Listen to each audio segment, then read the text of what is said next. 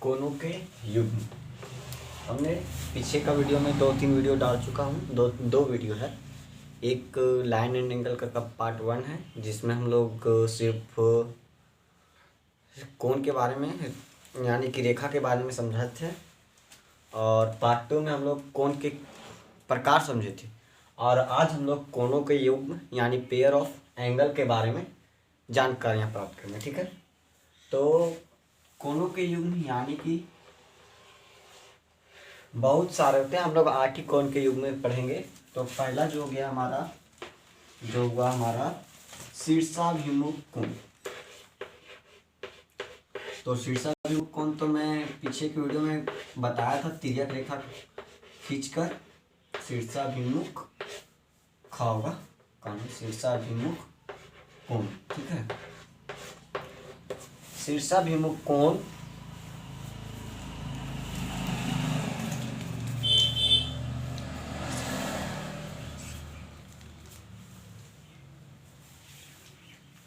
ठीक है, शीर्षाभिमुख कोण वर्टिकल एंगल जो होता है उसी को, जैसे ये कोई ग्राफ है। ठीक है, या आप किसी को भी ग्राफ मान लें, इस प्रकार का आपका ग्राफ है। तो शीर्षाभिमुख कोण कहता है कि जितना डिग्री का ये कोण रहेगा उतना ही डिग्री का ये रहेगा, जितना डिग्री का ये कोण बनेगा उतना डिग्री का कोण ये भी बनेगा। यानी कि आमने सामने का कोण बराबर होता है, तो उसे हम लोग कहते हैं शीर्षाभिमुख कोण, वर्टिकल एंगल। ये चीज़ समझ में आया आप लोग को? उम्मीद होगा समझ में आया होगा पूरा अच्छा तरीका से।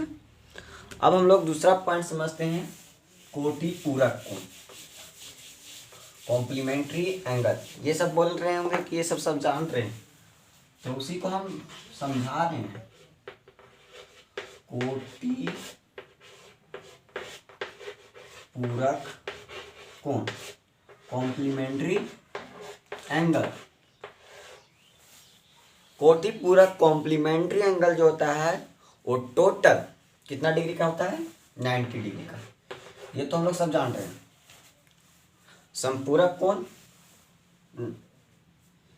समपूरक नहीं, समकोण जो होता था वो 90 डिग्री का होता था, और कोटि पूरक कोण जो हुआ वो भी 90 डिग्री का हुआ। लेकिन 90 डिग्री कैसे हुआ? यानी कि इसको मान लो ए बी सी। ठीक है, ए बी सी या कोण 1 2 इस तरह करके मानो। यहीं पर ये कोण 1 हो गया, कोण 2 हो गया। ठीक है, ये कोण 1 हुआ, कोण 2 हुआ। तो कोण 1 और 2 जोड़ने के बाद, कोण 1 और 2 जोड़ने के बाद हमारा 90 डिग्री आएगा, तो इसी को कोटि पूरक कोण कहते हैं। यानी कि जैसे हमारा कोण 1 दे दिया है कि 35 डिग्री का कोटि पूरक क्या होगा। ठीक है, तो 35 में ये हमारा कोण 1 हो गया। ठीक है, कि कितना जोड़े कि 90 डिग्री आ जाए। तो कोण 2 को आप निकाल लेंगे, 90 डिग्री माइनस में 35 जाएगा। उसके बाद आप हटाइए, इससे पाई चलेंगे 10 10 में 5 गया तो 5, यहाँ बचा 8 8 में 3 गया तो 5। यानी कि अगर हम 55 डिग्री ले लेते हैं, 55 डिग्री लेते हैं और 55 और 35 को जोड़ते हैं, तो हमारा 90 डिग्री आ जाता है। यानी कि हमको 55 डिग्री 35 में ऐड करना पड़ेगा, तो हमारा इक्वल 90 डिग्री होगा। इसी को हम लोग बोलते हैं कोटि पूरक एंगल, सम कॉम्प्लीमेंट्री एंगल। ठीक है, तो आप लोग को उम्मीद होगा कि पॉइंट नंबर 2 भी आप लोग को आसानी पूर्वक समझ में आया हो। अब तीसरा हमारा पॉइंट जो है वो है समपूरक कोण, सप्लीमेंट्री एंगल। ठीक है, इसको भी आप लोग ध्यान से समझिएगा। समपूरक कोण जो है, समपूरक कोण, सप्लीमेंट्री एंगल। ठीक है, समपूरक कोण यानी कि सरल कोण जो होता था हमारा 180 डिग्री का होता है, उसी प्रकार समपूरक कोण जो हुआ हमारा टोटल जो हुआ 180 डिग्री का हुआ। ठीक है, यानी कि एक सीधी लाइन है जिस पर हमारा एक कोई भी लाइन खींच दो इस प्रकार से, कोण 1 प्लस कोण 2 को जोड़ने के बाद हमारा 180 डिग्री यानी 180 डिग्री आ जाए, उसी को हम लोग बोलते हैं समपूरक कोण। इसको भी एग्जाम्पल के तौर पर समझा देते हैं। जैसे कि हमारा कोण पूछ देगा, या ये पूछे या ये पूछे, आपको बोल दे कि 105 डिग्री का समपूरक कोण कितना होगा, तो आप बता देंगे कि 75 होगा। क्योंकि अगर हम कोण 1 मान लेते हैं, कोण 2 मान लेते हैं, कोण 2 हमारा 105 डिग्री है, ठीक है, और इक्वल 180 डिग्री है, तो कोण 1 हो जाएगा इक्वल 180 डिग्री, प्लस में इधर माइनस जाएगा 105 डिग्री, अब घटा देंगे तो 75 डिग्री आ जाएगा। तो ये हमारा 75 डिग्री जो हुआ, ये हमारा कोण 1 का आंसर हुआ, यानी कि संपूरक कोण 75 डिग्री का हुआ। 105 डिग्री का संपूरक कोण 75 डिग्री होता है। आया बात समझ में आप लोग को? सप्लीमेंट्री एंगल भी आप लोग को एकदम पूरा बेसिक से समझ में आया, ठीक है। अब हम लोग चौथा पॉइंट समझते हैं, रेखिक युग्म। रेखिक युग्म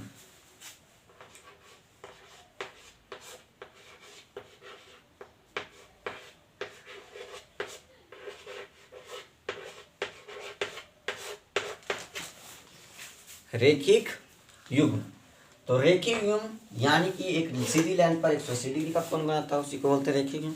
ये तो आप लोग बहुत पहले जानते हैं, स्ट्रेट पेयर बोल सकते हैं, ठीक है। तो ये तो आप लोग को समझ में आ गया, सीधा बात। 4 पॉइंट जो है, 5वां पॉइंट हमारा आसन कोण है। आसन कोण ये भी हमारा उसी प्रकार से 180 डिग्री, ठीक है, उसी को बोलते हैं आसन कोण। अब हमारा आता है 5 पॉइंट, तो ये तो आसानी पूर्वक समझ में आया, ठीक है। अब हमारा 6 पॉइंट जो होता है संगत कोण होता है।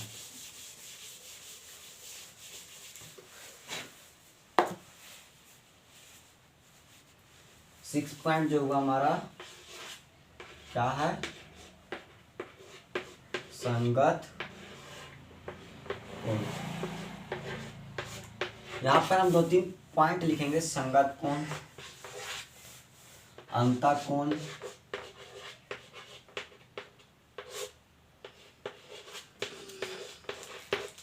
एकांतर कोण,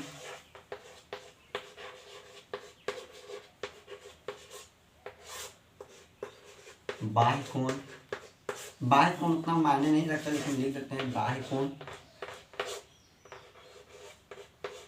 शीर्षाभिमुख कोण तो पहले फर्स्ट में बताए, बाह्य कोण, ठीक है। और क्या बच रहा है? कुछ नहीं तो बच रहा है।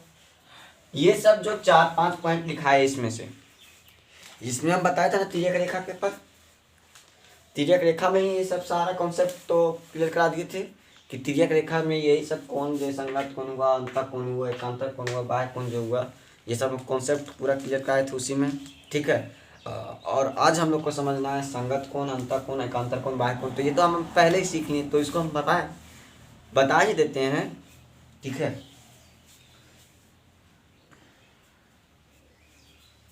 ठीक है, तो संगत कोण पहले हम तिर्यक रेखा उसी प्रकार से बना देते हैं। ये वो हमारा तिर्यक रेखा, इसमें संगत कोण जैसे कोण 1 का संगत कोण हो जाएगा कोण ये वाला जितना भी रहेगा 5, कोण 2 का संगत कोण हो जाएगा कोण 6, कोण 3 का संगत कोण हो जाएगा कोण 7, कोण 4 का कोण हो जाएगा कोण 8। आई तो वो हमारा संगत कोण। संगत यानी कि जिसका जैसे ये 100 डिग्री का, तो ये भी हमारा 100 डिग्री होगा, ये 80 डिग्री है तो ये भी हमारा 80 डिग्री होगा, इसी को बोलते हैं संगत कोण। अंतः कोण यानी अंदर का कोण, ये दोनों चारों कोण, ये हो गया हमारा अंतः कोण। एकांतर कोण यानी कि एक लाइन का अंतर होना, यानी कि वही एकांतर, यानी कि कोण 4 इक्वल हो जाएगा कोण 5, उसी को बोलते हैं हम लोग एकांतर कोण, ठीक है। अब हमारा आता है बाह्य कोण यानी बाहर का कोण, उसको बाह्य कोण बोलते हैं। अब आप बोलेंगे कि थोड़ा सा ऐसे कर देते हैं कॉन्सेप्ट, एक चीज क्लियर करा देते हैं आप लोग को। जैसे ये हमारा तिर्यक रेखा होती है, ठीक है, ये हम मान लेते हैं 100 डिग्री का है, ये हमारा 80 डिग्री का है। तो बताइए कितना डिग्री का होगा? शीर्षाभिमुख कोण द्वारा ये तो पक्का 80 डिग्री का होगा। शीर्षाभिमुख कोण द्वारा ये 100 डिग्री का हो जाएगा। एकांतर कोण के माध्यम से ये 100 डिग्री हो जाएगा, है ना। फिर से एकांतर कोण के माध्यम से 80 डिग्री हो जाएगा।